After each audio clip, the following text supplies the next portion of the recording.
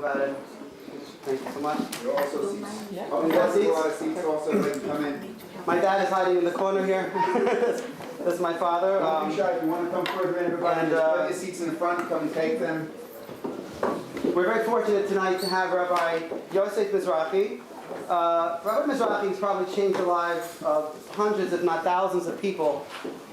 In the years he's lecturing and doing Shabbatons and making CDs and creating websites and communicating with the Jewish public. Tonight's topic is a popular one. He has a CD on it. It's a 4-hour lecture. I actually watched it. There's a couple different ones. It's amazing. He's going to do like a collapsed version for us tonight, and I believe there'll be time for questions after. There's specific things to talk about. But basically, the basic methodology is what he does is he lays out for us evidence that the Torah could only be created and drafted by the Creator. There's no other possibility. But by the time you get through the lecture, it's not an emotional discussion. It's more of a intellectual type of discussion, and you're really going to love it because everyone does. Now, a little bit about Rabbi Mizrachi. He was born and raised in Israel. He served in the Israeli Air Force. He came to America in 1989. Did I get that? Yeah. Okay. And I think he actually came to Great Neck initially, right? Lake Success. Lake Success. He has. I know this because I watched the DVD. And tonight, normally the DVDs he puts out on the website, people pay for the cost. But tonight, they're all complimentary, as many DVDs as anybody wants. After the lecture, please speak to the Rabbi. He'll give you whatever you want and how many you like. He devotes all his free time to Kiruv. He's the founder of a website, DivineInformation.com, which has literally hundreds of videos and CDs that have so many different topics, everything from Gemara study, Torah and science, like tonight, Judaism versus Christianity, why are we different than Islam, the weekly Torah, Psalms, Path of the Just. It's an endless list of lectures. It's like 5,000, and I don't know how he has the time to do them, and I don't know how we could ever catch up. But and if time permits, maybe we could hear a little bit about the famous debate with a priest that he did, 3-hour debate, Judaism versus Christianity, which was pretty interesting. There's over 70,000 people follow Rabbi Mizrachi on Facebook, which is hard to imagine. He travels all over the world. He's been to Canada, Brazil, in the last few weeks alone. Right? California, Mexico, Europe, Belgium, lots of places. Anyway, I want to just mention, please turn the phones off. Anybody has a cell phone just at this moment would be a good time. Anyway, it's a great honor, humility that I introduced to you, Rabbi Yosef Mizrachi. Thank you. I noticed some people are standing. There are 4 empty seats here. There's no mitzvah to stand during it. It's nice to cover the Torah, but please come and take the seats before we start. Yeah. I'm going to check out your phone. There's plenty of room here. Thank you very much. Birshut, Rabbi Lerner, and the beautiful community. And a special thank you to the Achsania, Mishpachat Fishman, for opening this house for us, Baruch Hashem. As we just heard, this lecture is perhaps the most popular lecture in the history of the Kiruv world. It's been done in many variations by different Mekarvim in different places all over the world in many different languages. I a little bit modified it from the original way it used to be and added many of my own ideas, which of course all comes from the Torah. And if you know, for those of you who knows me, I'm making basically a combination of what the Torah says, le'ahava u'le'ira et Hashem. Most of the Mekarvim in America, they work on the ahava. That's what they focus in, only on the beautiful side. They're not speaking too much of Musar. Of course, I won't speak over here because I don't know who my audience is. But when I go to certain places, it's a World War III. And people overnight, they're becoming Baalei Tshuva, they accept to become Shomrei Shabbat because they get the point in an express way. But today, the lecture is all about scientific proofs, in which you may ask, what do we need that? I mean, from what I've seen here, most people already are Shomer Shabbos here. So you say, well, what do we need to prove that the Torah is divine? We already believe. We follow as much as we try to follow as much as we can. So what is the purpose of this? So you'll be very surprised. First, Even if a person is in the highest level in Judaism, he must learn this lecture from A to Z, must learn it. Why he must learn it? Even if it doesn't apply to him so much, which means it's not going to affect his personal level, it's still something that every Jew must know, because we all come in contact with so many secular people. And they have a lot of questions, and they sometimes come to you for Shabbat. You sit, you talk, they argue. You know, in business, you meet people in the airport, they sit you next to the flight. There's an obligation in the Torah, "Ocheach tochiach et amitecha velo tisa alav chet." One of the things that Hashem designed the Torah in such a way that He wanted to make every Jewish person a direct representative of his emet, of his truth. Which means if a Jew see other Jews that are living in a lie, which means living against the Torah, everything in their life is the opposite of what the Torah instructs to do.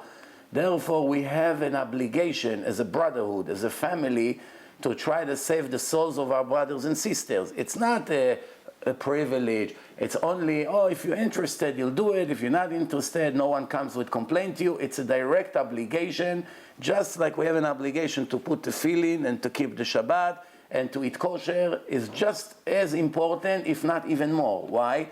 Because the Gemara is full of hundreds of sources of how huge and how important is there and how great is the reward of a Jew that takes Jews that lives in a spiritual darkness and they are not aware of the purpose of the creation, and therefore he brings them closer to the Torah and they begin to see what the Torah is and they understand the purpose of life. Because in 20 years that I work, I never found one Jew, one secular Jew, not two, one, that knew what the purpose of life is. And that shows you in what spiritual tragedy the Jewish nation lives, that most of the secular Jews can be big doctors and judges and computer genius engineers and all kinds of intellectual people. They know about so many things in life and they have zero knowledge about Judaism and they have no idea what's the purpose of the creation. In my opinion, you may disagree with me, I don't think there's a bigger tragedy to a human being than ignorance. Why? You can be ignorant in computer, you pay someone money, he does the job for you. You don't know about medicine, you pay a few $1,000s, the doctor will help you. Accounting, driving, anything you need in life, you can find someone to do it. But no one will be righteous for you. No one will fulfill your purpose in life. If you won't do it, no one will do it for you. Im en ani li mili. If I won't take care of my soul, nobody can do it for me. Not my brother, not my friends, not my rabbi. He can help me, he can advise me, he can direct me. If I won't choose to do the right thing according to the Torah, Torah in Hebrew means ora'ah, instructions. This is a book of instructions. If I won't do it, no one will do it for me. Now, if someone knows he can help me and open my eyes in an hour of conversation and prove to me that the Torah is divine, the chance that people that were ignorant up to that conversation, they will do something about it, believe it or not, it's pretty high. Why? Because the nature of the people, they only act, there's always an exception to the rule, they only act when they understand there is a price to pay. I'll give you an example. Let's say a person goes and he sees his friends on the street and says, "Oh, Moishale, how are you? I haven't seen you from college. Look, I opened this beautiful restaurant. Please come in, be my guest, enjoy the meal. You'll love our food." So he comes in, he sits, he says, "Oh, very good, free meal." He orders fancy steaks and lots of desserts and expensive whiskey. All of a sudden, while he's freezing, his friends serve him the bill. As soon as he sees the bill, $700-800 for his meal, he looks at himself and what's going on? He says, "Be my guest." Well, what does it mean, be my guest? Actually, it happened in Bedin. What I'm telling you really happened in life. That somebody saw his friend and he was with his family. "Come, enjoy our food." He never say for free, but they assume it's for free. What does it mean, "Come, be our guest"? He served them the bill, hundreds of dollars, they refused to pay. This friendship was ended right that there.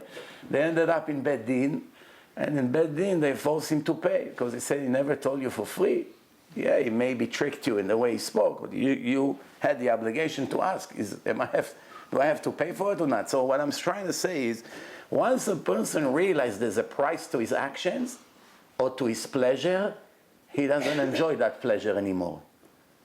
Because right away, when he understands how much this is going to cost me, immediately he takes away the pleasure from the sin.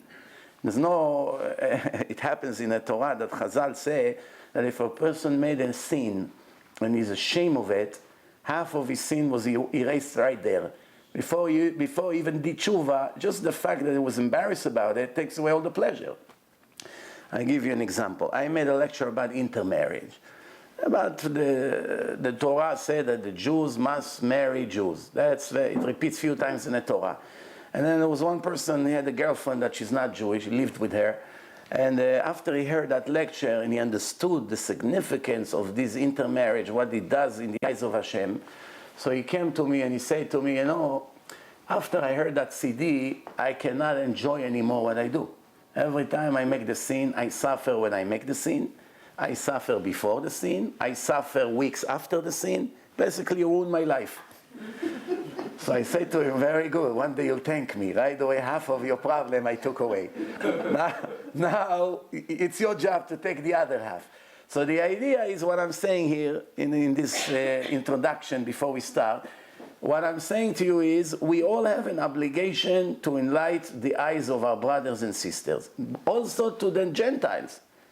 The Jews have to be light to the Goyim, light to the world, to make them fall in love with God, with the Torah, because the Torah is also to the Gentiles. The Torah speaks about the 7 laws, the Torah speaks about the history of the Goyim, the Torah teaches them all kinds of things they would never know without the Torah. Many of the things that they do in their life, for instance, Christians get married and they get divorced and they have all these ceremonies. Without the Torah, the Gentiles will never know they have an obligation to get married. They learn it from the Torah. They saw that Jews getting married, kiddushin, they also get divorced, unfortunately, sometimes. They do it in such a way, they learn from us. But according to the Torah, the Gentiles don't have to get married. They don't have kiddushin and gerushin. They can just live together. They like each other, they move in, they're not allowed to cheat on each other when they're together. They have different laws.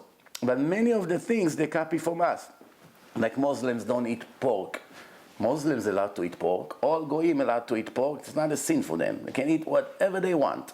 No restriction whatsoever to the Gentiles. They can eat whatever they want. But how many Gentiles do not eat certain things that the Jews are forbidden because they learn from the Torah that Hashem doesn't like it and he said to his children, don't eat it. So they learn from it. They also don't want to do. Same thing, interest, same thing, all kinds of other things. So now this lecture, as I started to say, basically leaves no doubt. Once a person watches it, and of course, the reason I'm not going to do the whole lecture because we don't have all night, but you take, please, there's 3 DVDs over here, and you can watch it. It's a Torah and Science. It's a 4-hour film. It's divided to 3 different parts. First part of the film, it's the difference between Judaism to 80,000 religions and cults who came after, include Christianity and Islam. How do we know that the book is really from God or it's a man-made book? And the difference between Judaism and also speaking about Mount Sinai. How do I know it really happened? And it's not a story that someone planted in history and fooled millions of people who follow. How do I know, not believe? In science, if you know a little bit about science, believing means not knowing. When a scientist uses the word we believe, that's a very low statement. That means there's a huge doubt or a big doubt. It definitely doesn't mean that they guarantee you results. When they say we believe that that's what's going to happen next month, we believe. But when they say we know for sure, knowledge is 100%. Believing, it's all the way from 0 to 99.999%. Once it turns into 100%, it becomes knowledge. Now, when a Jew or a Gentile has a doubt if there is a God, he has a doubt if this God gave a book, he has a doubt about the fact if there is reward and punishment in life, or everything is coincidence. He has so many doubts. He has doubts to know, not to know if there is a creator. That's the first doubt. And second doubt is, even if you say there is a creator, who say that he has any connection to us? He made the world and went to sleep. What does it mean that we have any connection to him? And even if you say that he still connects to us, in an emotional way, in a spiritual way, in a physical way, in any way you want, even if he's connected to us, it still doesn't mean that he gave me any instructions. How do I know what he wants from me? Maybe I'm only here to eat and to enjoy, and plus, even if we know that he gave us a book, how do we know what really the purpose of this whole thing? There's a lot of things here that we have to clarify, and that's what we're going to do in the next hour. This is the way the arguments begin. Now remember, you need it for yourself, even if you don't think you do, but you also need it for other Jews around you. For people who ever ask you or question your religion, you can prove to them in less than 20 minutes and leave them speechless. They'll be shocked. I speak to so many people, professor, people from all kinds of very important people. I even had a debate with the former controller of New York, Avesi, right here in Great Neck. 45 minutes debate. Professor for history, Alan Avesi, professor for history, very sharp person, very, very smart brain he had, very, very hard question he was asking. I think that it was the hardest debate I ever had with a human being in the last 20 years. But in the end of the debate, I asked him after the lecture, which was maybe 2 miles away from here, I asked him, Mr. Avesi, what do you think now? So he said, I still have some doubts. So I said, it's very great progress. You came here as an atheist, and 2 hours later, you have some doubts. So we made a great achievement tonight. How about we sit one-on-one and I clarify your achievement, your doubts? So he said to me, absolutely, I would love to. I thought to myself, you know, politicians, they sometimes tell you what you want to hear. It's not always exactly what they really mean right now. But they try to be politically correct, diplomatic. So, but 10 days later, his assistant really called, what about your offer? And we went, in Queens, there was a Colby restaurant in Main Street. We sat for 3 hours. Question, answer, questions, answer. Is back and forth, back and forth. In the end, he got up and he said, I never believed that religion can be proven scientifically. For me, it was obvious it's a matter of faith. You want to be a believer, you believe. But there was no way to know for sure. It's so clear.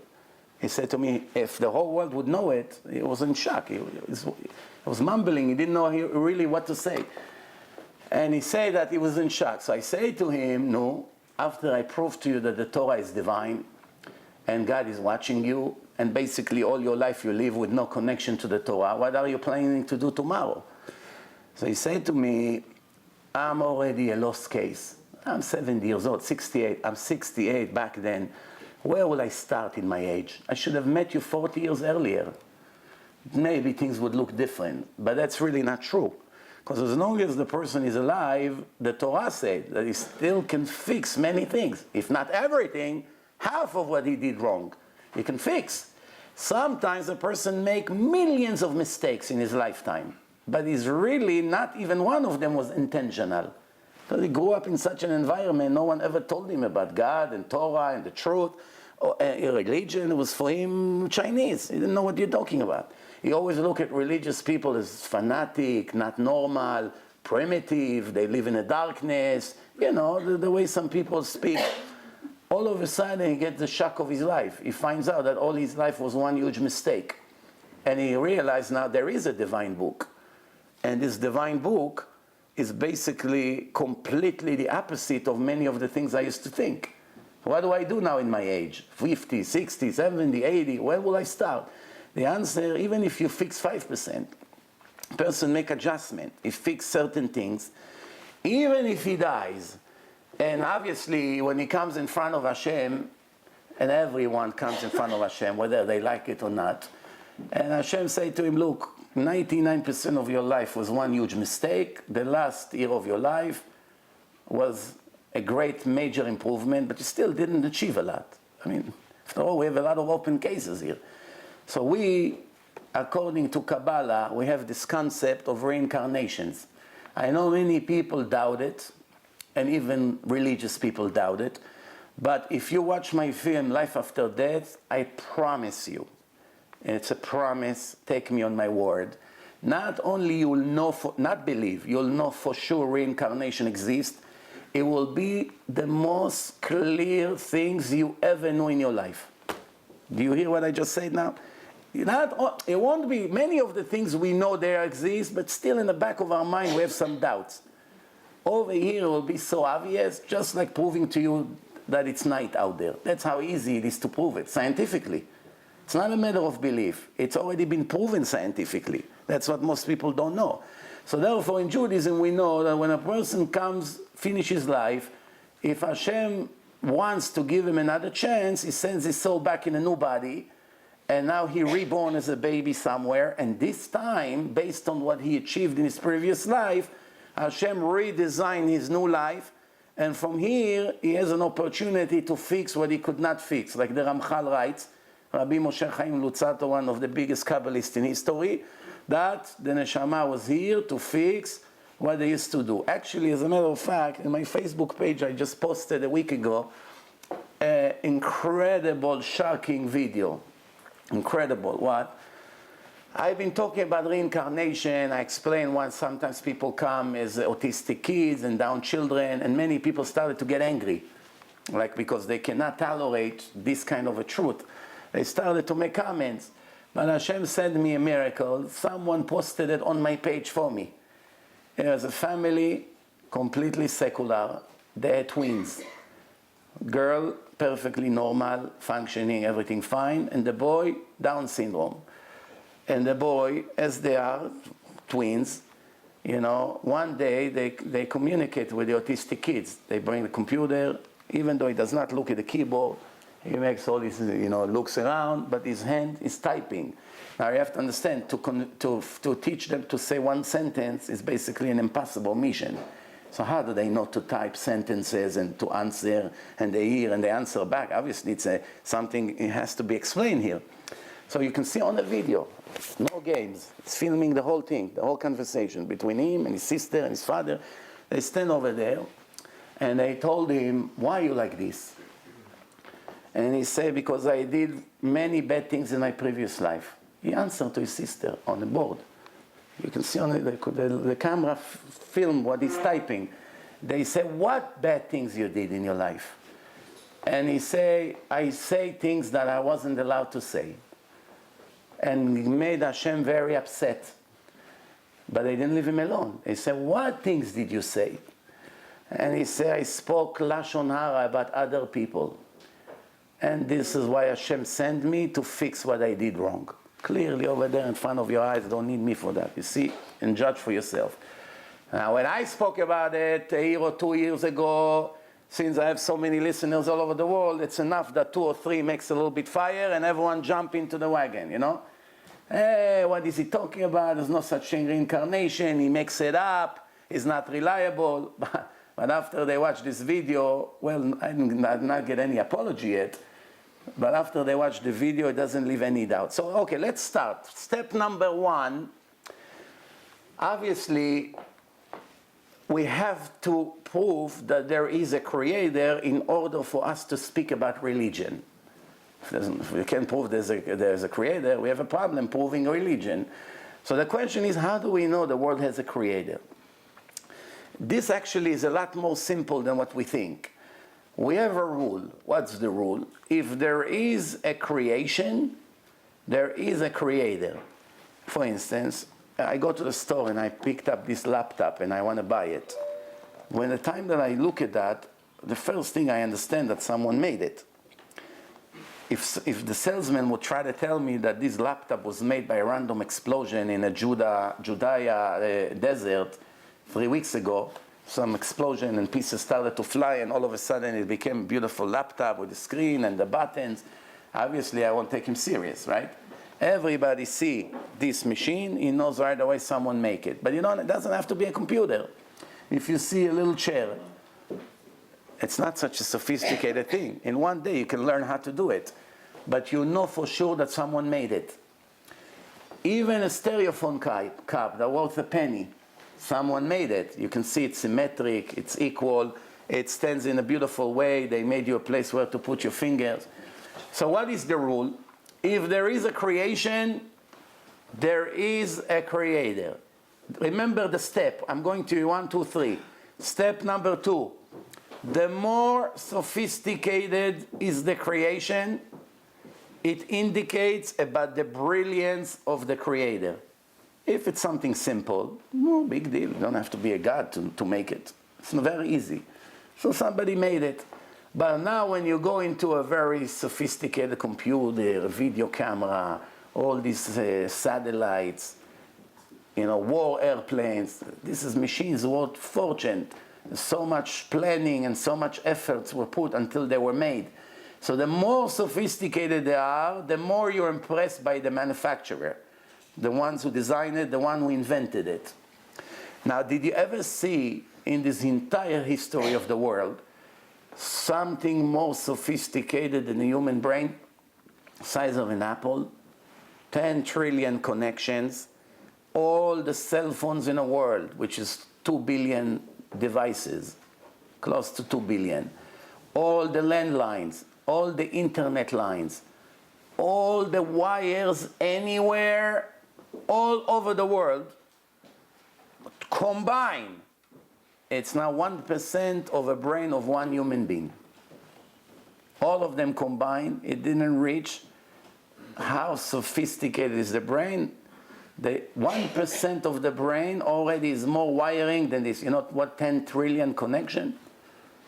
10 billion multiplied by 1,000. That's how sophisticated. Now, how they design.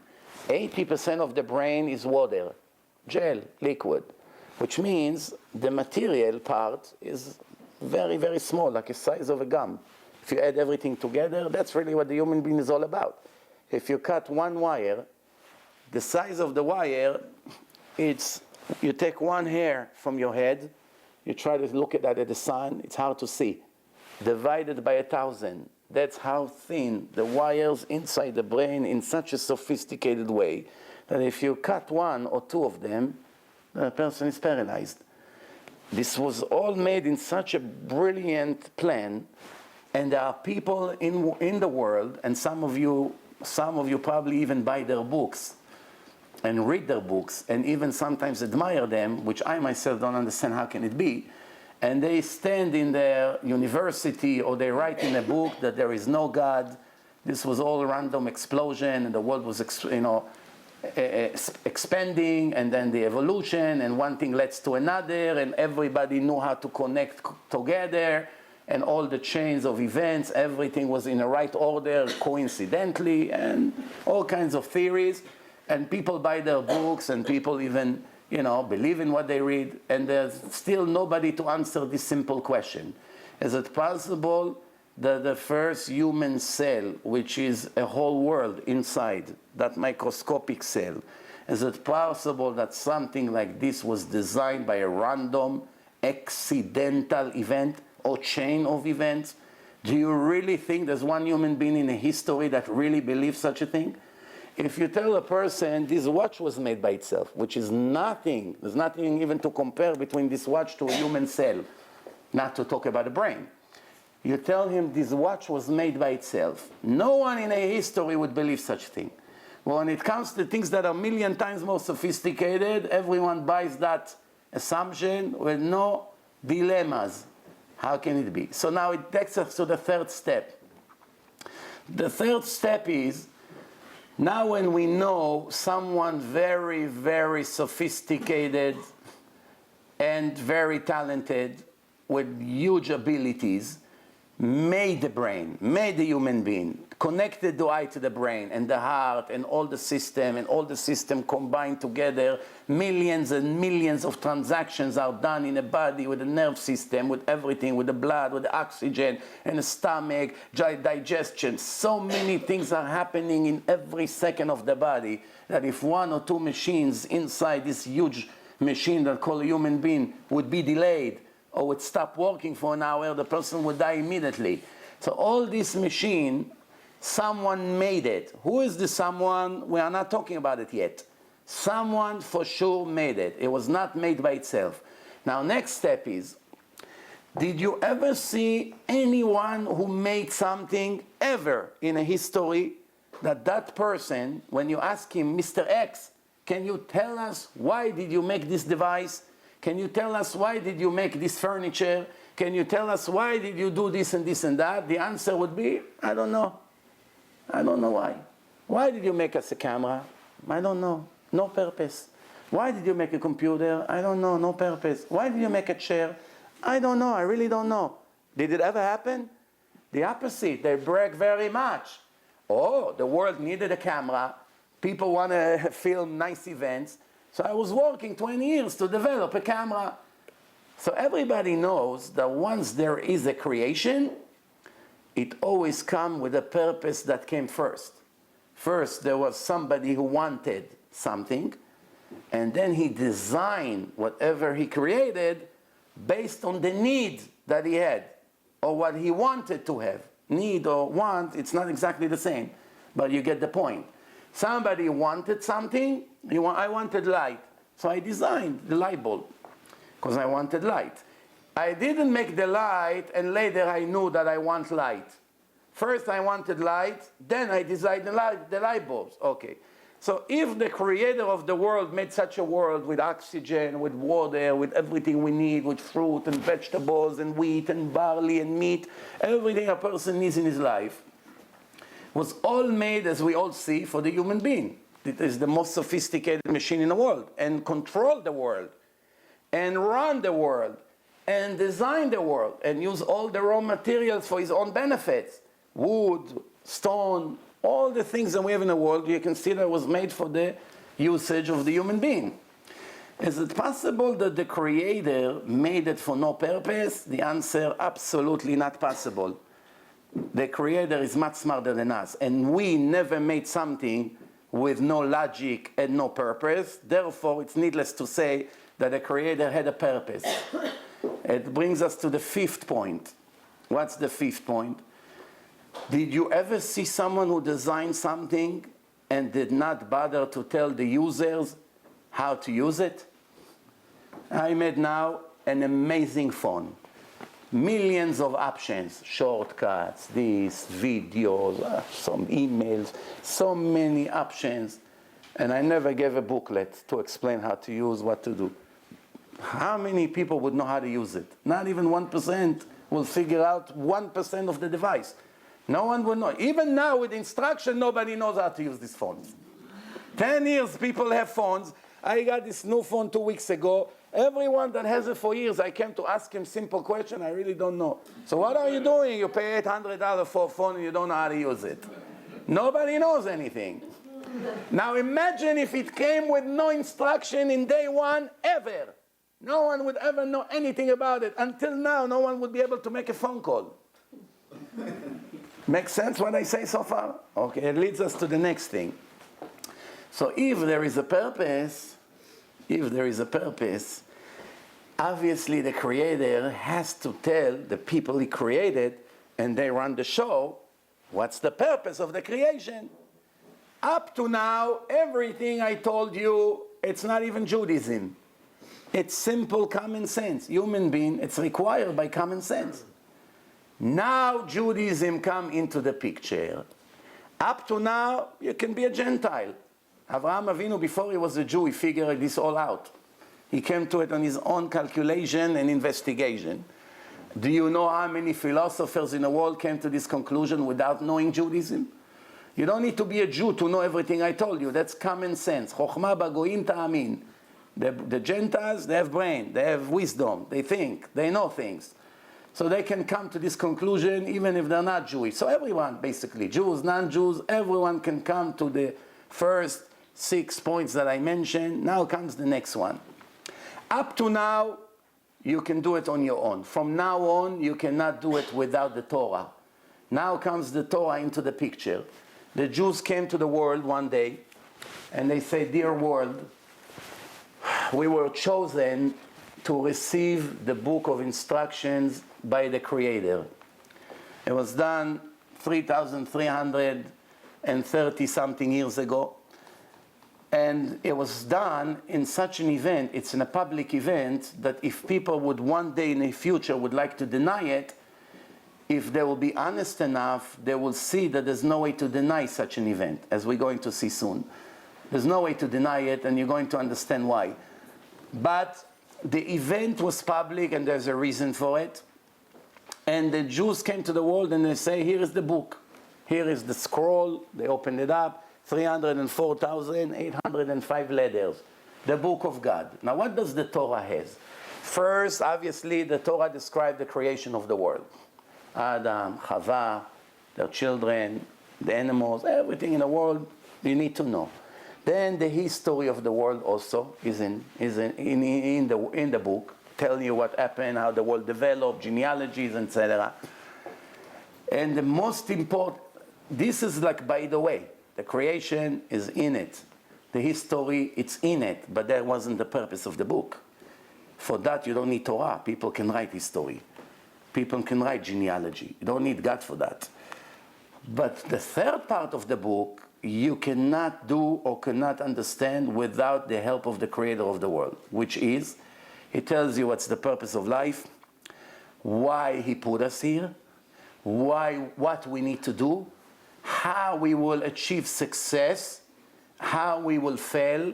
He gives us a list of recommendations and obligations, what to do, what not to do. He gives us many, many words of encouragement and warnings, serious warnings in the Torah, even though many people try to push it away. It's there, whether you like it or not. And the Torah basically comes down to one bottom line. You listen to me and do everything I tell you, I will reward you big time, more than you can imagine. You'll rebel against me, you'll be ungrateful to me, and you will fail my test, you'll pay the price. That's what it all comes down to. The question now, why did we need it to begin with?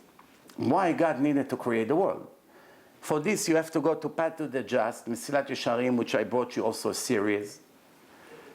The job was done for you. You take that MP3 CD that I made, has 26 lectures in it, the entire Path to the Just, every word, every sentence, every chapter, everything explained to pieces that every person in every level will understand that book. Because if you read it on your own, it's not so guaranteed that you'll understand everything.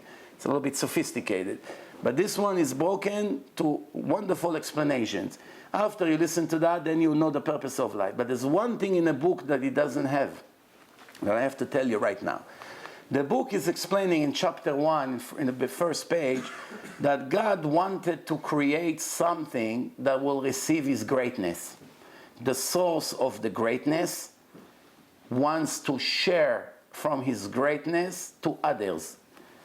If a person has $100 million cash and he doesn't have children, he's not happy. The happiness is not complete that he has so much money. Why? Because he said to his wife, what do we need all this if we don't even have 1 or 2 kids to give it to them, to see that something good happened from our money? We give it to strangers. We cannot see something comes out of our money. We can see people pay a fortune to adopt or to have all kinds of treatments. Maybe they can have their own kids.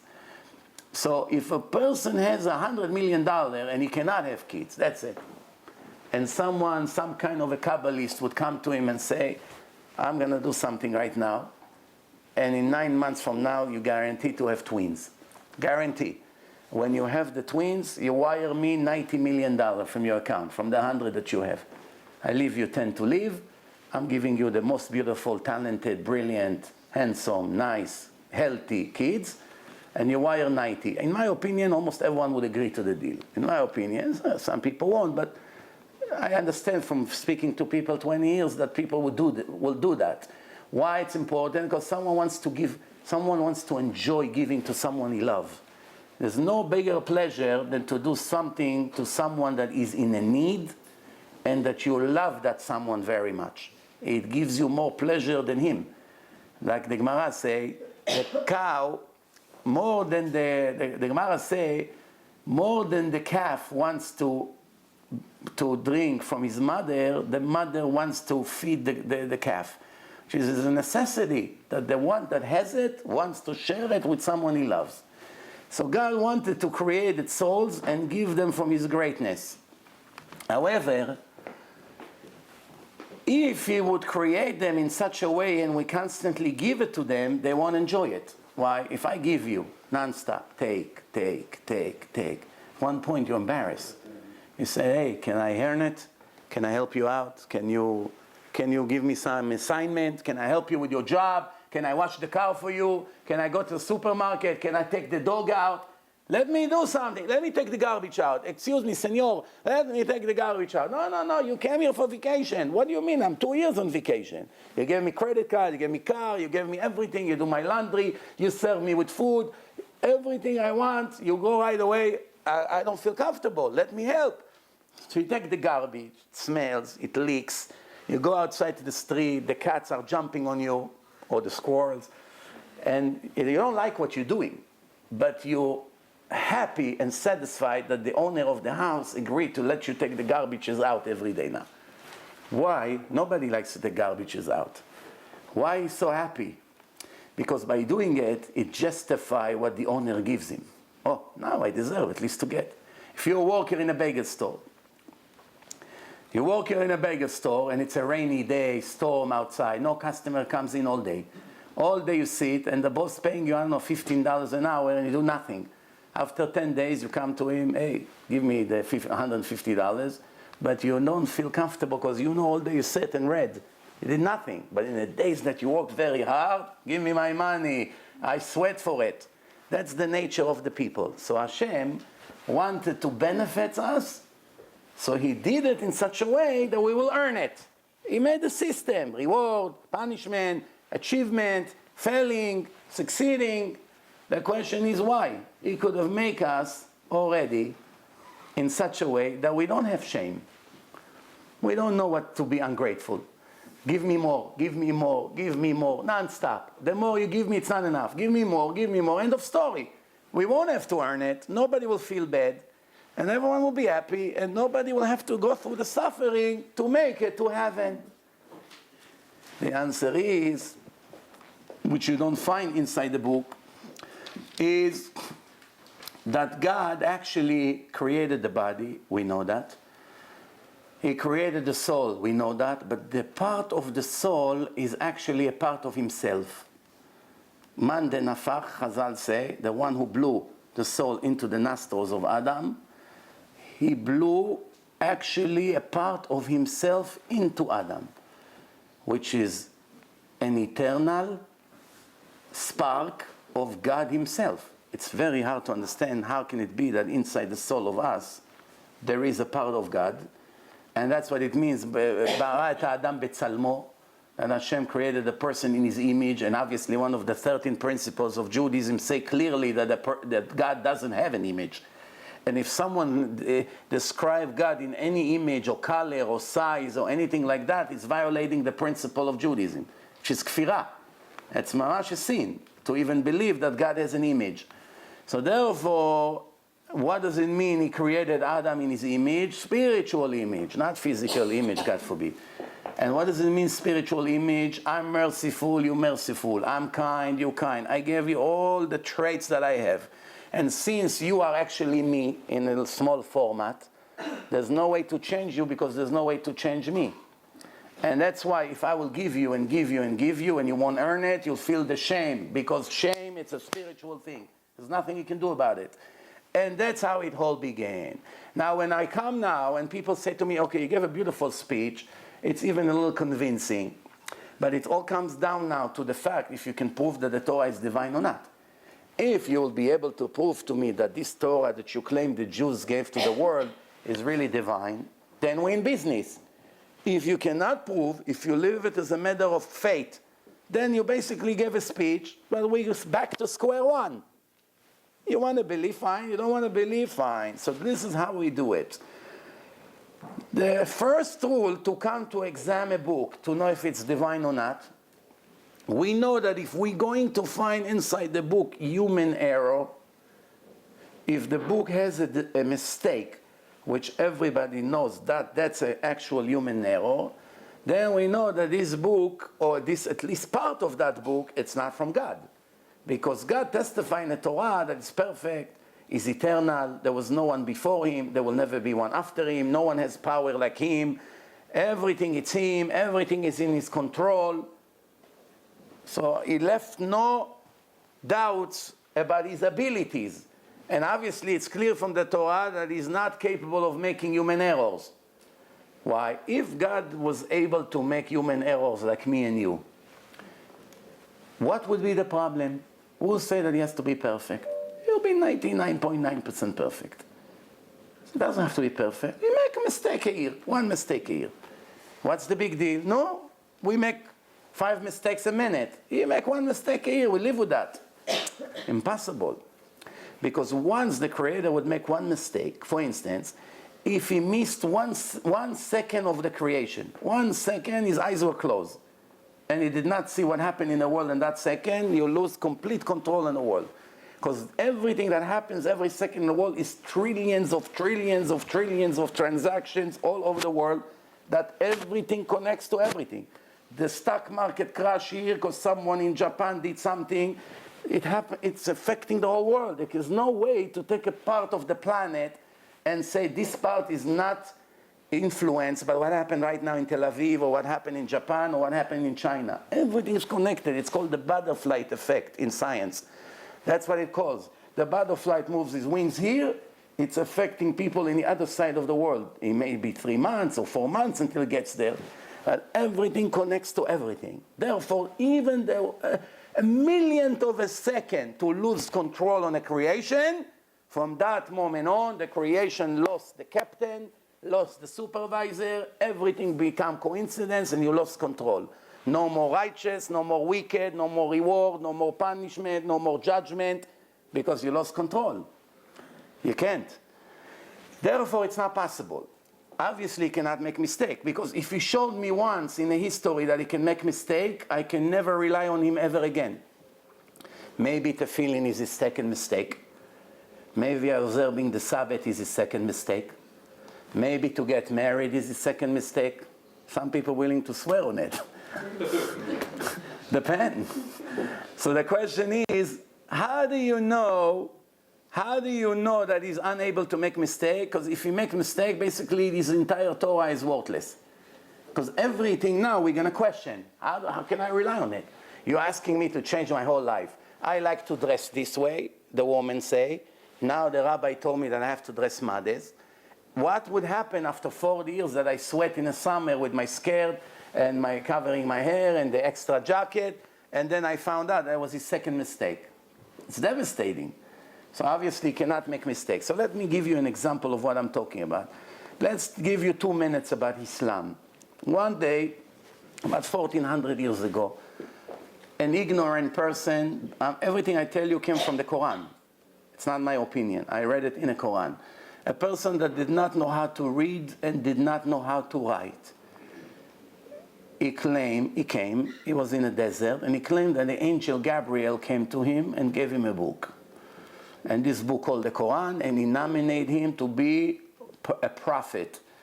Prophet Muhammad, and that's how the story of Islam begins. Today, 1400 years later, it's 1.8 billion people, and I don't have to say an extra word of what's happening as results of that claim. The question is, how do we know in 5 minutes that it never happened? The story of this Muhammad. 5 minutes it takes to know, not to believe, to know for sure.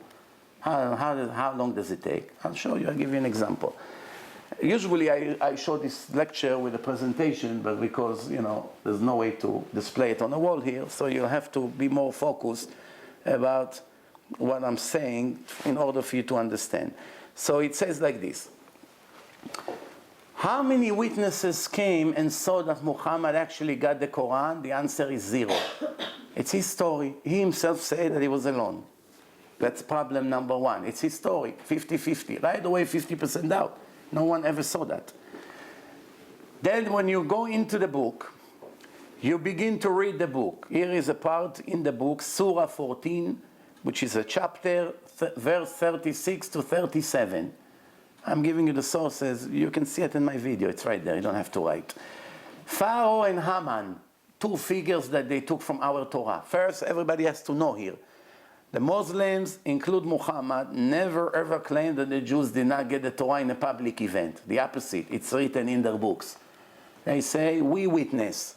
We know that the Jews are the nation of God. They call him Allah. It comes from the word Elohim. He gave them the Torah after he took them from Egypt and saved them from the wicked Pharaoh. And he told them that he will take them to the promised land. And Moses, same person, he is the one who led them. And a lot of compliments about the way it happened, complimenting God for taking the Jews and his children and bringing them to Israel, and it even says in the Quran that Israel belongs to the Jews. I wonder why the Israeli politician never took the Quran to the United Nations. I would finish the argument in 5 minutes. 5 minutes in the United Nations, I would shock the Arab world, they'll kill themselves. It will be the worst day in their history. If I speak 5 minutes in the United Nations, it will be their end. 5 minutes, why?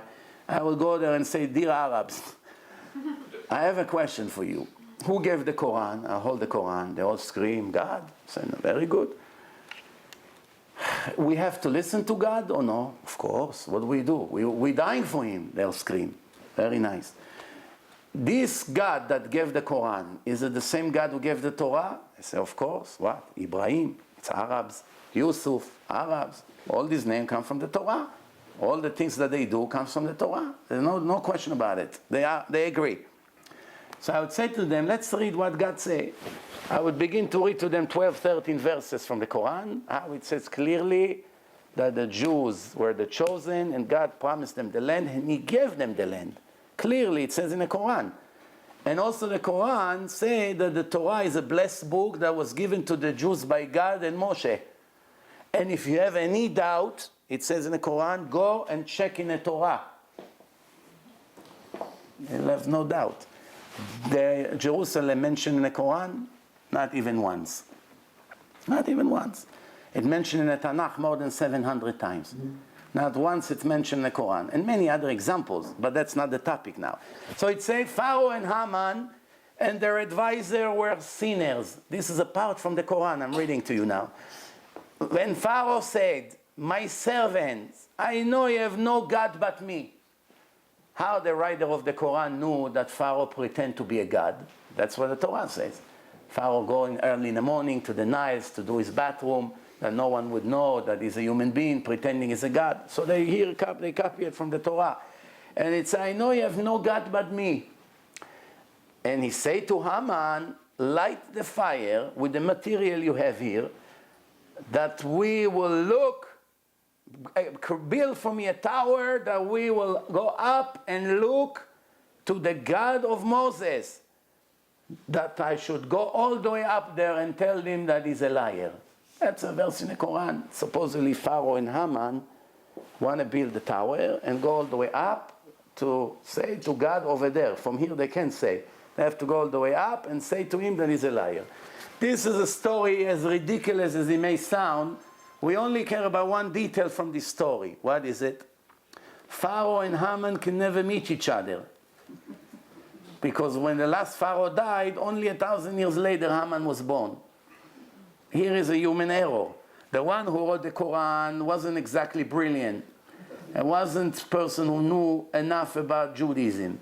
So his knowledge was in a level of first or second grade, if you really evaluate what he wrote. And he wanted to create a conversation, and he took one figure from the Torah, which is Pharaoh, and he took Haman from Megillat Esther, and he made them buddies. As when they sit in a meeting, they could only meet one somewhere else, but let's not say where. But they met right now according to the Quran, and they decide to go against God and whatever. What the bottom line is, that's a human error. Pharaoh and Haman can never meet each other. God never made that mistake, and he will never give a book that writes such nonsense. Now I'll give you another example. Who was the mother of JC in history? Mary. Miriam. Maria. No problem. Everybody agree. Who was the sister of Moshe and Aaron? Miriam, Mary, Maria, but a different one. How many years apart they live? 1,300. Moshe was 3,400 years ago. And this Mary, about 2,000 years ago. So about 1,400 years difference between them. Let me read to you a part from the Quran. Surah 28, verse 7 to 9. And the wife of Pharaoh say, this boy would be comfort to me and you. Don't kill him. We will have a use for him. They took the story of Batya, Bat Paro, Batya, the daughter of Pharaoh, and they made a mistake. They turned her into the wife of Paro. And the Torah it says Bat Paro, by the Quran it became the wife of Pharaoh. And she comes with a baby that she found in the Nile, and they want to kill him. What is this? She said, don't worry, we'll have a use for him, don't kill him. Now this is what I'm reading to you from the Quran, Surah 19, verse 27, 28. When Miriam brought the baby in her hand to the people of her town, they told her, oh, Maria, what a strange thing you brought to us. Oh, the sister of Aaron. Your father wasn't a bad man and your mother was not a prostitute. Maria, daughter of Amram. You heard me? Let me clarify to you.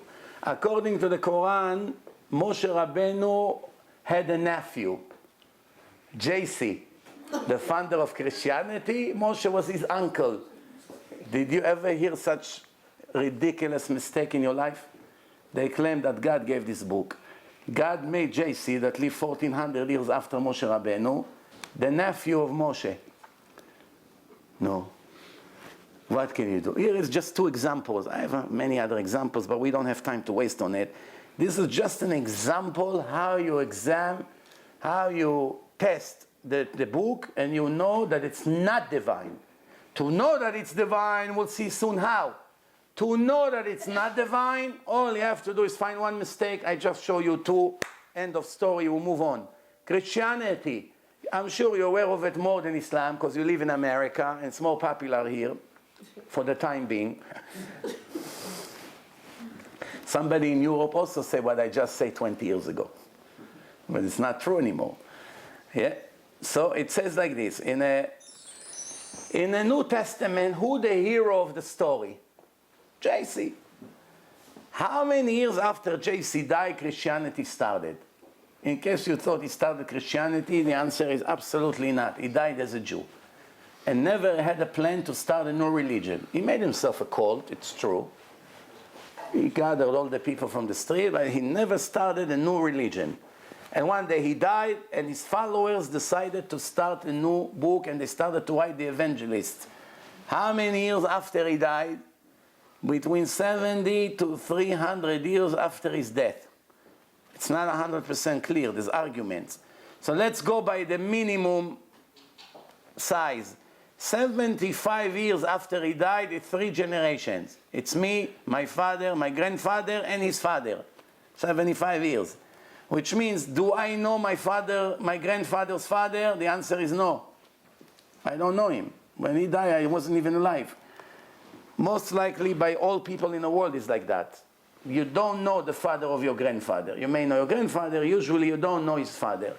But there's one more thing here. They come and tell us all kinds of story about JC. How many witnesses they have to the story? 0. Nobody even know if he existed. There's no 100% proof that JC ever lived. No guarantee. It's maybe, because this story appears in different culture, by Krishna, same story, about a virgin who gives birth. It's too much of a coincidence that 2 different religions will have the same exact story. So obviously something is not right here. And one more problem we have. One day Mary gets engaged to Joseph the carpenter, Joseph and Mary. And he goes away and he comes back and he sees she's pregnant. He asks her, what's going on here? Why are you cheating? She said, I didn't cheat. I'm a virgin. No one ever touched me. So what is this? She said, God came to me in a dream and he made me pregnant and this is going to be a holy kid. And of course he loved her. It's his wife. They already actually got married with Kiddushin and Chuppah. But they've never been intimate together yet.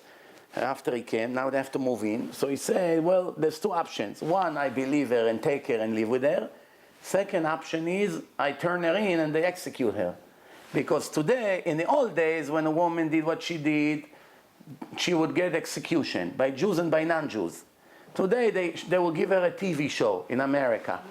TV show, she become a popular hero, for doing what she did, for cheating and doing all kinds of immoral things. But back then, there was no doubt, execution immediately. Witnesses come, she say, hey, her husband never touched her, she became pregnant, end of story. So now he knew he has to save her life. He loves her, so he had to cooperate with her story. One day, JC was born, and they're all Jews. Joseph is Joseph, Mary is Miriam, their son. Okay. Now the question that I have, how many witnesses she had to her dream? Did you ever see in a dream witnesses? Anybody can witness that his father now having a dream? There's no way to witness a dream. So obviously it's her story against the world story, 50-50, like Muhammad. No witnesses. She had all the reasons in the world to make a lie, otherwise she'll be dead. That's the second problem. Third problem, now let's read what her book, what Christianity is telling us, and we know if it's from God or not. Christianity say the Jews got the Torah from God, they call it the Old Testament. They say that God gave another book and they call it the New Testament. In my debate with the priest that I brought you right here, you can watch the whole debate. Whatever I'm showing you now is 1%. Over there you see what I did to that priest. He didn't know where to run. He said in the end, you put me in a hole. I don't know how I'm going to get myself out of this hole. So I said to him, I just proved to you Christianity is false. It's not the God-made religion. He didn't say no. His answer was, but my heart does not let me leave it. It was too good to me over the years. So I said to him, the heart, it's all illusions. Feelings, illusions. That's nothing. We care about brain, knowledge, truth, not imaginations and illusions. And that was the end of it. So now, since they admit that the Torah was given to the Jews and they claim the same God gave part 2, obviously part 2 cannot contradict part 1, right? If I'm an author and I write a story of Mr. Such and Such, biography, and I write part 1, and then in part 2 I forgot his wife's name. In part 1 she was Sarah, in part 2 she became Rachel. Same one, same age, same everything, no writing about divorce and getting remarried. Same one, all of a sudden I forgot her name. I write a different name. Or I write in part 1 that his wife gave birth to A, B, C, D, and in part 2 I write that she gave birth to D, A, V, L. Completely different names. How can it be? What, the same writer doesn't remember what he wrote in part 1 and part 2? Even people don't make such mistakes usually. Now let me give you an example. The Torah say, where is the cave of the Machpelah, where Avraham, Yitzchak, and Yaakov are buried? The Torah say, in the city of Hebron. Who did Avraham buy it from? The answer, Ephron Achiti. Where did they bury Yaakov, according to the Torah, in Me'arat HaMachpelah? Who's the father of Shechem in the Torah? The answer is Hamor, the father of Shechem. How many Jews came with Yaakov, his family, to Mitzrayim? The answer are 70. Okay, now let's see the New Testament. Jacob and his sons went to Egypt and died there. They took them to Shechem, Nablus, and buried them over there. Not Hebron, Shechem. God doesn't know where Jacob is buried? How can he make such a mistake? Any one of us would not make that mistake. God doesn't know, he makes such mistake from part 1 to part 2. But it gets better. In the grave that Abraham bought from, not Ephron Achiti, from the children of Hamor in Shechem. They mix between the grave of Yosef to the grave of Yaakov. They mixed, they got mixed. They wrote a different name. From the Torah, they got mixed. They mixed the two different graves. Abraham bought from Hamor, son of Shechem, God forbid. Joseph sent an invitation to his father and they went to Egypt. How many people? 75 people. How 5 showed up? Maybe they came from Mars. They landed. I don't know. What happened to God? He doesn't remember that 70 now all of a sudden became 75? Now, I'm going to give you now a proof that if a person decides to be Christian, he must be 100% Haredi. Not even modern Orthodox. Completely Haredi. Complete. You know what Haredi? Fanatic, ultra Orthodox Jew. Shabbat, Rabbeinu Tam. Kashrut, Chalav Israel, Pat Israel, Kemach Yashan, Bet Yosef meat, everything. If you want to be a real Christian, where did I make this nonsense from? Soon you see I'm right. You know, when I usually talk, I'm very careful. Because I know one mistake they find me, so many videos all over the world, they put an X on everything. They're not going to say, okay, you made a mistake, but the other ones are good. You make one mistake, you finished in this business of proving. So this is a book of Matthew, which is the New Testament. Matthew 5, verse 17 to 19.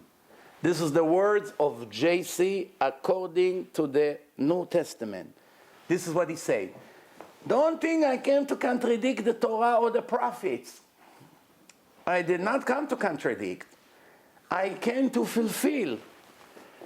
Obviously, I'm telling you today, if heaven and earth will be destroyed, one yud, the letter yud, from the Torah cannot be erased.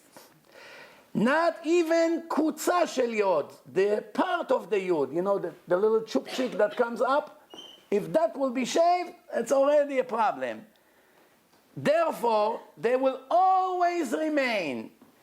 Therefore, if someone contradicts one of the smallest mitzvot from the Torah and will teach otherwise to others, he will be cursed by the kingdom of heaven. Conclusion, if any of you will dare to change one tiny mitzvah from the Torah, you'll be cursed. Who said it? JC, their Messiah, their Son of God, their King, their Savior, their leader, their Rabbi. Everything is based on him. What did he say to his followers? You must be ultra orthodox. That's what it means. You don't even change one tiny mitzvah, otherwise you'll be cursed. He's more fanatic than me, according to the New Testament. I don't even say to people, if you don't keep this little mitzvah, you're finished. But that's what he said. Now, do you know one Christian in the world that listens to him? One. Find me. 2-3 billion Christians. JC, our Father, he'll save you, you have to believe in him. No? If a person says, I love you, and he spits in your face, the words that he says, I love you, means anything? The opposite. He will get an extra punishment for the lie, to say that he loves. You don't spit in the face of someone you love. If you love JC, and he's all your life, and everything about your life is his pictures everywhere, the minimum you should do is to listen to his instructions, no? So here is an example of mistakes in the New Testament. In case you didn't know, there are many, almost unlimited amount of mistakes. Okay. Now, let me give you an example how the Torah knew that there will be Islam and Christianity. How could the Torah know that there will be two fake religions? The Torah is 1,300 years before Christianity and 1,800 years before Islam. How did the Torah know that there will be these two fake religions? How? I'm reading you a verse. It says like this, "Ve'efiz Hashem etchem ba'amim," and God spreads you in all the nations. "Ve'nish'artem metei mispar," few of you will survive. "Bagoim asher yenaheg Hashem etchem shama," among the nations that God is directing you over there.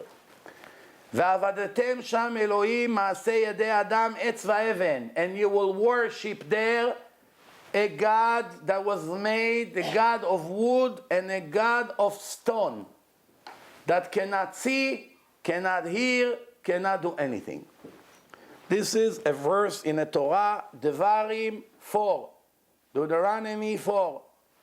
Now, in this verse, there are two hidden codes. Hidden mathematical equals skip.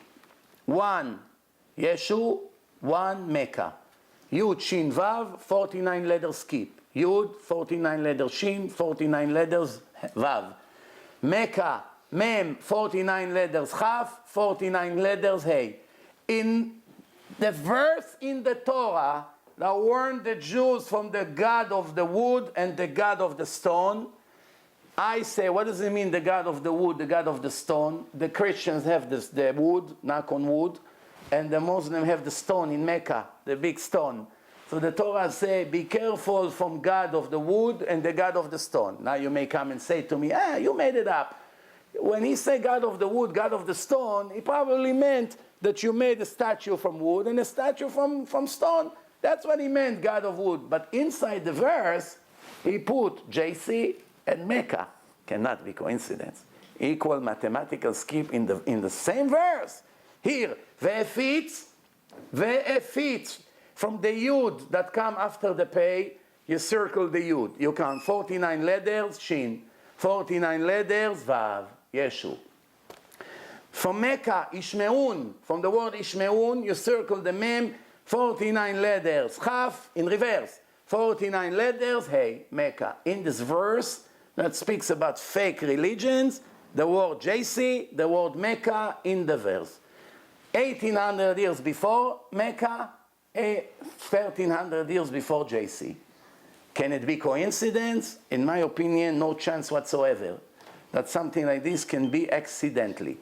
Now, we know there's one Torah in the world. Everywhere you go, same Torah. Bereshit bara Elokim. Great Neck, Brooklyn, Israel, Syria, everywhere you go, we have the same story. How many different New Testaments they have, do you know? That you put one next to another and each one is different than the other. How many? Give me a guess. More every day. More every day, that's for sure. But more every day for sure. But how many so far? When I started to give lectures 20 years ago, actually my first lecture was here in Great Neck. So when I started to give lecture, the answer was 150,000 different texts. 20 years later, 200,000. When my hair will be completely white, it will probably be 400,000 different texts. By the time the Mashiach would come, maybe it will be millions of different texts. Muslims, Quran, hundreds of different Qurans. The Arabs that listen to me all over the world, they get angry when I say it. Right away, they send me messages, emails. Why do you lie, dear Rabbi? There's no such thing, hundreds of Qurans. We have one Quran. Same Quran in Iraq, same Quran in Kuwait, same Quran in everywhere. I send him right away the source. You never ever hear from them ever again. Hundreds of different Qurans. Not only that they have hundreds of different Qurans, in the wife of Muhammad, every one of his 4 wives has a different Quran. Just in the beginning of the Quran, they had a huge argument which text of 2 is the original one, because there was 2 completely different ones. Big arguments. There is this Quran and that Quran. I don't remember their names right now. You can search it online. Torah, same Torah. Everyone was trying to destroy the Torah throughout the history all over the world. The Torah stayed the same. Nobody tried to erase and delete and burn the Quran. But they have hundreds of different Quran. Nobody ever went against the New Testament to burn it or to erase it from the face of the earth, but they have 200,000 different texts. Everyone fought against the Torah. Everyone went to destroy the Torah. They burned the Torah thousands of times. And the Torah all over the world, same Torah. Coincidence? I say no. Now, let's move on. Let me give you some scientific proofs in the Torah that will make it clear to you that our Torah could not be written by a human being. Absolutely cannot be written. It was only written by the creator of the world, and then we give some time for questions. The Torah could never be written ever by a human being. Ever. Why? How do I know that? So the Torah says, the Torah was given to Moshe. It was given written Torah and oral Torah. It was combined. Why do we need oral Torah? The answer is Judaism is basically everything oral Torah. 99.9% of what we do comes from the oral Torah. Actually, if we only had a written Torah, there would not be Judaism. Because we will not be able to keep one law of the 613 mitzvot. When the Torah was written, if you read in the Torah only tells you the name of the commandments, but it doesn't say anywhere how to keep them. It doesn't say in the Torah how to make tefillin. There's hundreds of steps until you make tefillin. From the minute it was a cow until it became a black box that you put on your head. One of the steps you did incorrectly, the tefillin is not kosher. You have to bury it. You're not allowed to put it on. You're not allowed to say bracha. Why? one letter is missing. So you missed one letter, it's finished. So now here it is. Hundreds of steps, not one of them appear in a written Torah. How to circumcise the baby. Where does it say in the written Torah how to do it? It's only said to cut the orla in the 8th day. What's orla? Moshe Rabbeinu brought the written Torah, in case you want to claim there's no oral Torah. So Moshe brings the written Torah, everybody opens it up. In the 8th day, we have to cut the orla from our first baby boys. From the male baby boys. So everybody said to Moshe, okay, we don't understand it. It's Chinese. What's orla? Where is it? Moshe said, I really don't know. I think maybe that's what it means. The hair, that's orla. Cut it. So no, but maybe baby's born without hair. Oh, so it's not it. One Jew say, I think maybe it's this. You can cut it. You're still alive. One say, no, I have a better idea. The orla, it's the nails. That's what it means. So, but the baby doesn't have nails in 8 days. Well, you want to cut his finger? They're breaking their head. What's orla? Right away, 3 million Jews in one place has to figure out how to circumcise a baby. You would have right away 6 million different versions of circumcision. Every one of the Jews has 2. I think it's either this or that. Right away, no one in the world would know how to circumcise a baby without the oral Torah. No one would know where to cut. No one would know how to make tefillin. No one would know what to write inside the mezuzah. The Torah just says to write, but it doesn't say what to write. No one would know anything from Judaism, how to slaughter the animal, how to check the loans, nothing. Even how to write a Sefer Torah, you would never know without the oral Torah. First of all, you would not know where to separate the words from, because you can make different combinations. You wouldn't know if it's one word or 2 words. Potifar or Potifera. Is it 1 word or 2 words? It can be both. Without the oral Torah, you would never know. Parasha ptucha, parasha stuma, how much space to leave? What happens if you miss a word? What happens if you change the spelling? How do you know what's kosher, what's not kosher? From what animal to make it? How to make it? How to sew it? Thousands of instructions how to do a Sefer Torah complete. Not one of them appear in a written Torah. Inside the written Torah, he said, these are the Torahs, plural, that I put in the hand of Moshe in Mount Sinai, which means more than one. In few places, to the best of my memory, 3 times at least, it appears in the Torah that God said to Moshe, do as I showed you in the mountain. Aseh ka'asher eriticha ba'ar. But it doesn't say what he showed him in the mountain. Nothing. Doesn't say what. So obviously, Moshe saw some videos, some YouTube videos in the mountain. YouTube, how to circumcise. YouTube, how to bake matzot. YouTube, how to prepare tefillin. YouTube, how to make menorah. That was a little bit corrupted, that video. Because the Gemara said that Moshe was confused with the menorah. He didn't know what. So what's going on?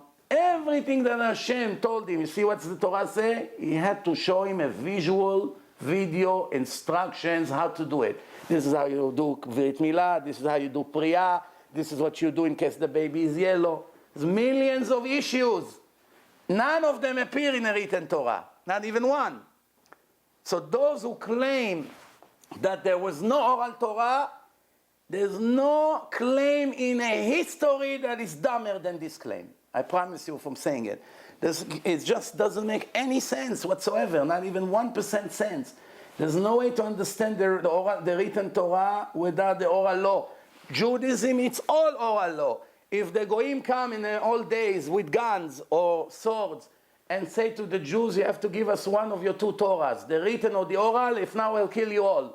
Which one of the 2 would have to give them? The written. Take the written. Leave us the oral. Why? If you only have the written without the oral, you can only read it, but you don't know what to do anything. 2 or 3 generations, everyone would lose everything. If you don't have the written one, but you have the oral, everyone can still be righteous. They may not know all the history. They may not know all the story of Avraham Avinu after a few generations, but they will know all the laws and how to make tzitzit and how to make talit and how to prepare the knife. And all the laws come from the oral Torah. So let's make a long story short, and I'm skipping a lot. Let me give you an example of what it means, divine book. את זה תאכלו מכל אשר במים. כל אשר לא סנפיר וקשקשת תאכלו. This is what you're going to eat from everything that lives in water. How much water the world has? 72% of the world is water. Almost 3/4. 72%. 12 kilometers depth, almost from here to Manhattan almost. 12 kilometers depth. Billions of things moving in the oceans, constantly in rivers, as we speak, simultaneously. You go all over the world, billions of creatures are moving and swimming. More than 40,000 different kind of fish they have. There's hundreds of kosher fish even. How many of them we know? 10, 20? If one time I looked at the list of the kosher fish, I scrolled down, more and more and more. Some of them I never heard their names. Never. I don't think you ever heard them yourself. So many of those creatures, just from the salmon alone, there's so many different kinds. And from the tuna, there's so many different tunas and so many things. They all live in the world. Now you have to remember, the amount of creatures that lives in water today, it could be double, it can be 10 times more than 3,300 years ago. Why? They constantly multiply and also they mix. They merge. 1 and 2 gets mixed and they create a third kind. Now here is what God said to the Jews in the Torah. You want to eat something from the water, it has to be kosher. What does it mean it has to be kosher? Has to have 2 witnesses that it's kosher. What makes it kosher? 2 witnesses. Who are the 2 witnesses? It has to have fins and it has to have scales.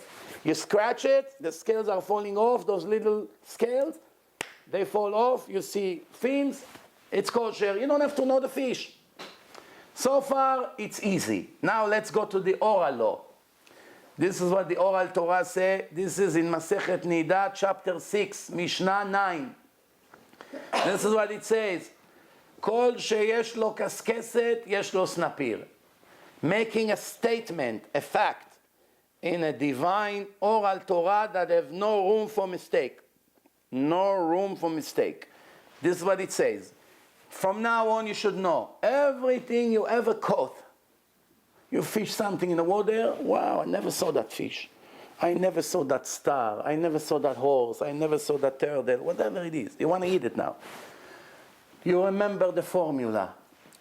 Everything that has scales must always have fins. You will never find, God say, this is in the oral Torah, you will never find anything in the nature, in the world, that has scales but did not have fins. Meaning, if you find a snake in the water, there are some snakes who live only in the water. Some snakes go out and in. Some snakes only live inside. You will never find a snake that has scales that you scratch it. Not scales on the skin, not integral scales. Talking scales like the fish. You scrape them and they fall off easily. You will never find anything in the ocean that have scales and at the same body you did not have fins. Meaning, if a Jew was in jail and the Arab terrorist that caught him, now he's giving him a raw fish, half. You go into the market, he bought half a fish. You only see the head, but you don't see the fins. The fins are cut out. You don't know if he had fins or not. You don't see them. But you see that the half that he gave you have scales. You don't need to see the fins. Why? The Torah promised, there's no such thing. I never created one that have fins and did not that have scales and did not have fins. You can count on me. You will never find. Also, when scientists mix between them, I will never let them succeed. It will never be in a creation scales without fins. Guarantee in oral Torah, remember. Now I want to ask you a question. 3,300 years. Billions and trillions of things moving simultaneously all over the world. Do you know one human being that 3,300 years ago in a primitive generation that nobody could even dive? No submarine. We didn't have the knowledge we have today. And even today, that he can write a guarantee in a book that he claimed to be divine, that everything you will ever find in the ocean, if it has scales, it does not have fins. Did you ever see such thing in your life? Any person that can guarantee such a thing? Let me give you another example. We have 2 more examples and we give some time for questions. Here is one more example, and of course I skip a lot. The Torah is speaking about the number of the stars in the universe. Everybody knows that in the year 1608, Galileo Galilei invented his telescope, was 6 feet wide. Once he raised it to the sky, everybody realized that the world has more than 6,000 stars. Everyone thought up to that moment, they stood on a mountain and they counted the stars manually, and everybody realized that there is maximum 6,000 to 8,000 stars. One day Galileo raised his telescope and everyone saw, wow, it's more than 100,000 stars. We never saw them until now. Look at this telescope showing us a lot more than what we thought. It was only 400 years ago, 1608, 406 years ago. Now, is it possible that the Gemara, the Talmud, that was written way before Galileo, almost 2,000 years ago, is it possible that in a primitive generation of the Gemara, when the Chachamim used to walk like this on the street with cane, no telescope, no NASA, no satellites, no mega computer, no calculator, no nothing, is it possible that the rabbis, each one of them knew the number of the stars in the world way before Galileo? How come no one teach about it in the college? How come? The answer is, let me read it to you. The Gemara say, the nation of Israel, after the destruction of the second temple, were devastated. So they say to God, Knesset Israel, the 120 chief rabbis, they say to God, dear God, a person got remarried, and he can never claim that he forgot his ex-wife. Still in his mind. He cannot erase it. He says, oh, I have never been married. He really remembered that one time he used to be married. And you already forgot us so much that you neglected us completely? That was the question of Knesset Israel to HaKadosh Baruch Hu. And this is the answer of God. Amar la HaKadosh Baruch Hu. And God answered, Biti, my daughter, 12 sections I created in heaven. And in each section I created 30 army. And in each army I created 30 legion. And in each legion I created 30 raton. And in each raton I created 30 karaton. And in each karaton I created 30 gasteras.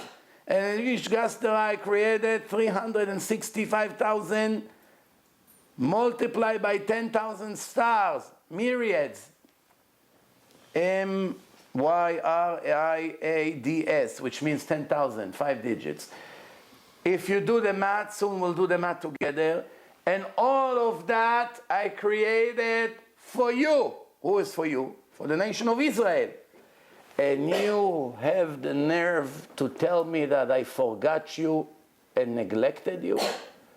This is in the Gemara, in Masechet Brachot, page 32. Now let's do the math together. 12 sections I created in heaven, 12. That's the horoscope, by the way. The 12 signs, because it's a complete circle, 360 degrees, 12 sections. Okay? It's like a slice of pizza. That's the whole world, like a ball. The universe, the same thing, because it's all in a matter or in the shape of a ball. And you divide it to 12 slices, and each slice, it's the section that Hashem is talking about. And in each section I created 30 armies. So 12 times 30. And in each army, 30 legions. So it's times 30, times 30, times 30, times 30, times 365,000, times 10,000, which is 4 more 0. It gives us 10 to the power of 19. It gives us a number of 19 digits. I think in English you call it quadrillion, or you figure it out. So, now let's see what the scientist has to say about what the Talmud wrote. 1990, Dr. T. Brewhurst from Queen Mary College in London had a big research with mega computer, and he found there are 10 to the power of 19 stars in the universe. And this scientist, Dr. T. Brewhurst from Queen Mary College, he wrote his conclusion. Now I'm going to read to you what he found and how exactly it matched the Gemara. What we call mazalot, we call in Hebrew ta galacti, galactic cell. And in the language of the scientists, they call it constellations. Armies, we call it in Hebrew, קבוצת גלקסיות לוקאליות. In English, hosts. Legion, in Hebrew, it's called galaxia. In English, also legion. Ra'aton, it's galactic areas. In English, divisions. Karaton, in Hebrew, צבירי גלקסיות. In English, battalions. גיסטרה, in Hebrew, צבירי כוכבים גלובולריים. In English, camps. Stars, כוכבים, stars, same thing. So now, not only that he found that 10 to the power of 19 stars, he even show you that they are divided to 7 different sections, which was in the side of the other.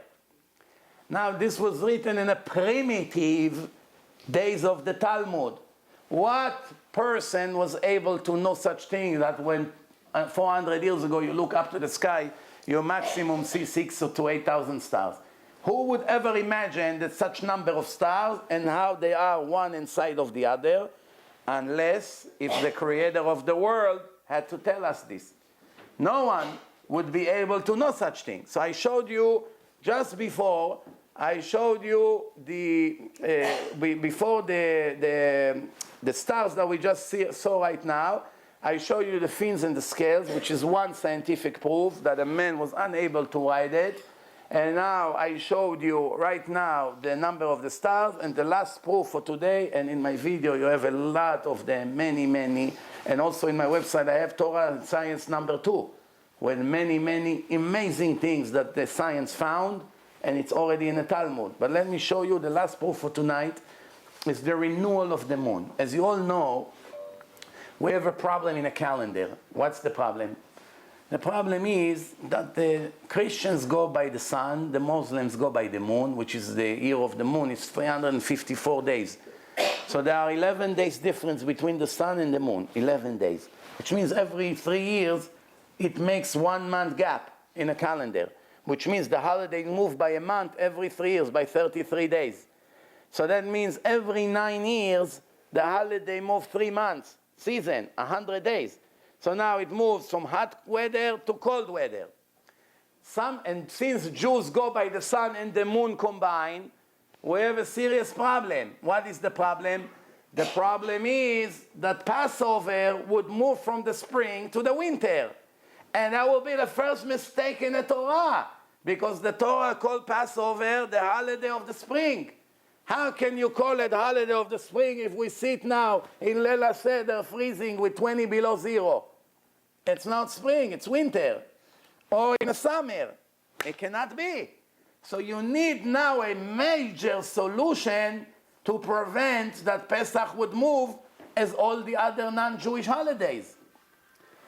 And this is what the Midrash, which is oral Torah, the Midrash says like this. At that time, God gave to Moshe the laws and the calculation of the moon and everything about it, and inform him how to make a leap year and how to make the months, because the Torah says, Shamor et chodesh v'asita Pesach. Observe, reserve the holiday of the spring, and Pesach has to be in it. Now let me tell you how it goes. Every 19 years period, we push into the calendar 7 extra months. We have Adar Aleph, Adar Bet. If you pay attention, every 2 to 3 years, we have an extra year, Shana Mu'uberet, extra month. So it means the Jewish year had 13 months, not 12 months. Why? Every time they see Pesach is falling short, it's coming around March in Israel. It's supposed to be always around April when it's all blooming and warm, but in March, it's sometimes still cold. So if we see that Pesach is falling down, because every year it loses 11 days. After 2 years, it already lost 22 days. So what happened? We push 1 more month to the calendar.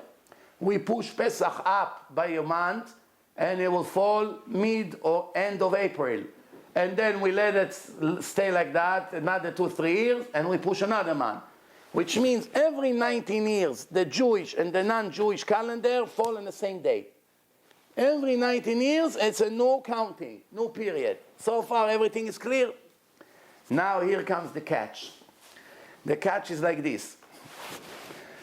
In the old days, there was no Jewish calendar, which means witnesses came and they said to the rabbis that are waiting in the bed din, Rabbi, we just saw the renewal of the moon. How do they know to look?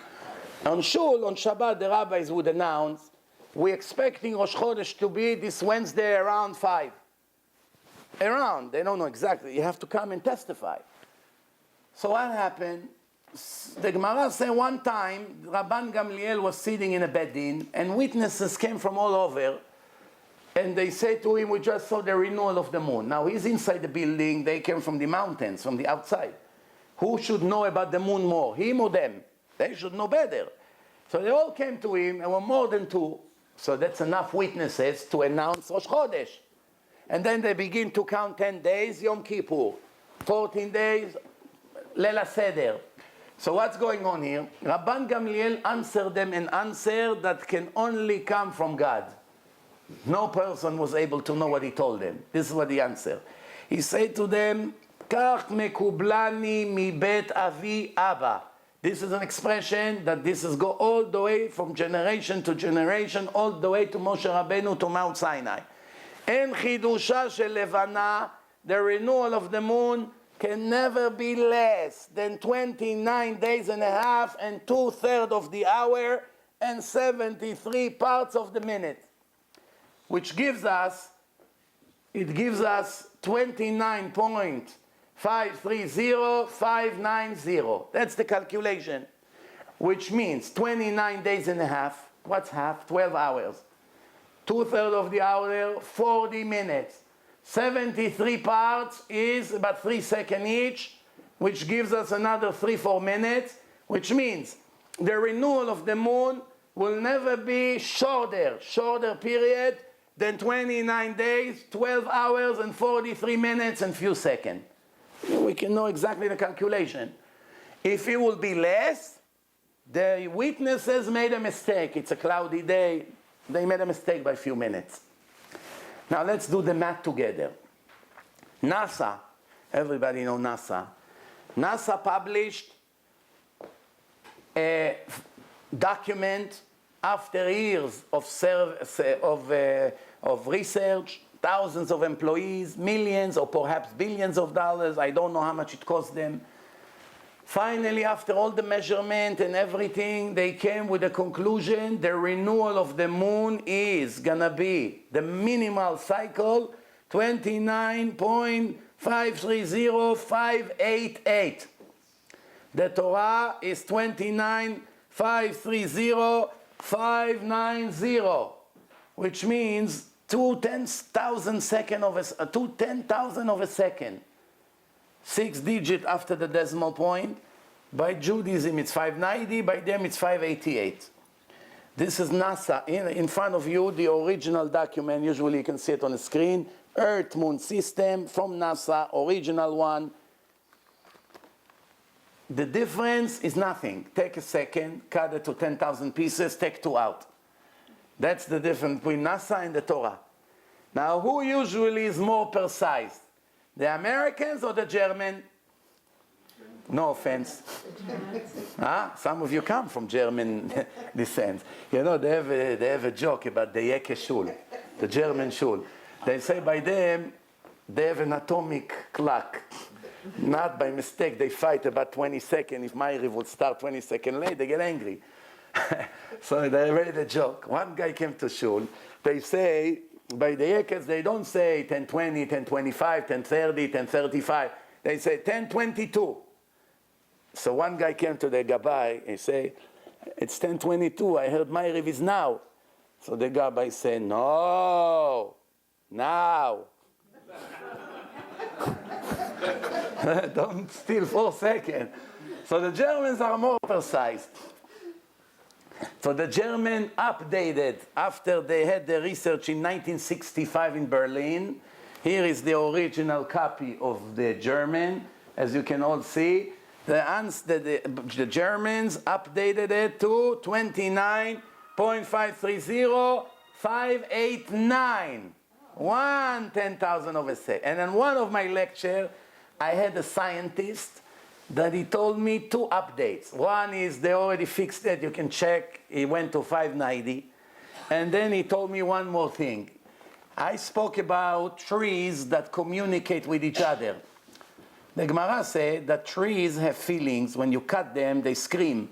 And their voice go from one side of the wall to the other. If a person would hear the suffering of this tree when you chop it with an axe, he will never dare to chop a tree. It looks like metaphoric. Today it's already been proven scientifically. In my Torah and Science number 2, Russian scientists already proven it. They even created energy with a flashlight that every time you burn a plant or you cut it, it's already created light on a wall with the flashlight. In an amazing, by Pravda they published it, scientific and Nature also. But very interesting. The Gemara said there was one tree that does not give dates. No dates. Everything, all the palm tree dates, all of a sudden this tree, nothing, barren. They came to the rabbi, Rabbi, what should we do with this tree? So the rabbi said, this tree is in a mountain, is viewing all the way down to another tree, and they fell in love. They have feelings, the trees. This tree is in love with another tree. Go take from that tree, down there, mix between their roots, do arkava, and it'll give you beautiful things. And that's what happened. Also, there's a few more things.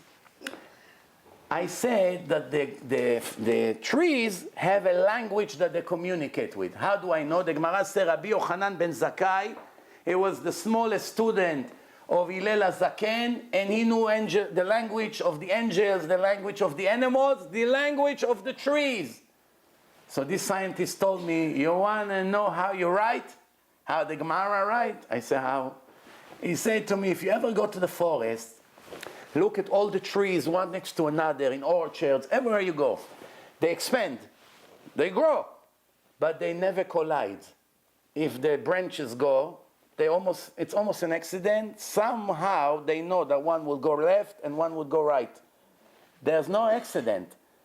But if you plant a tree next to a siding of a house that is wood also, the tree will make a hole in the siding and break it.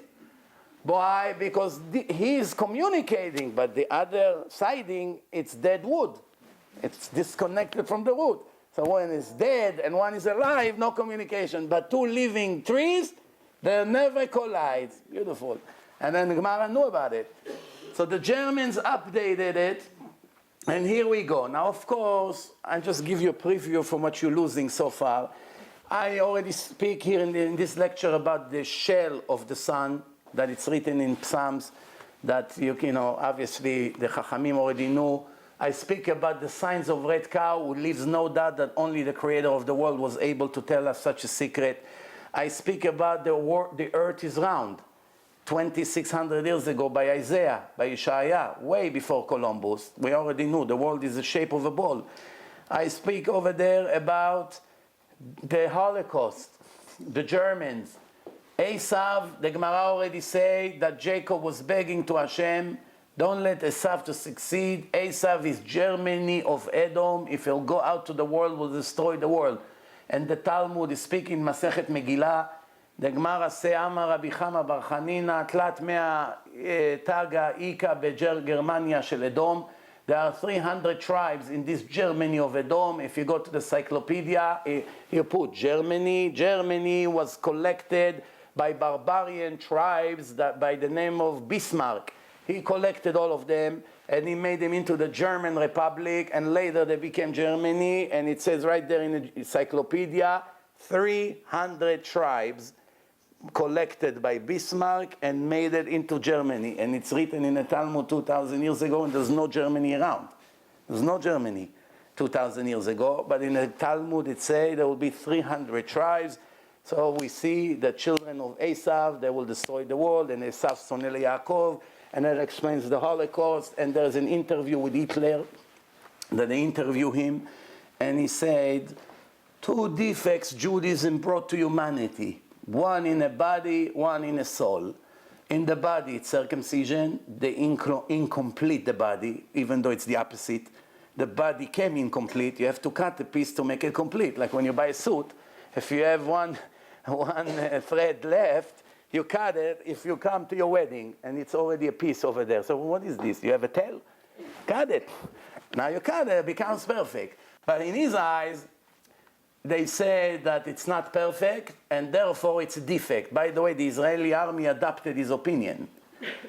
A perfect soldier, his profile, the maximum it can be is 97. They take 3 because of circumcision. That's what it is. Why it's not 100? It's supposed to be 100%.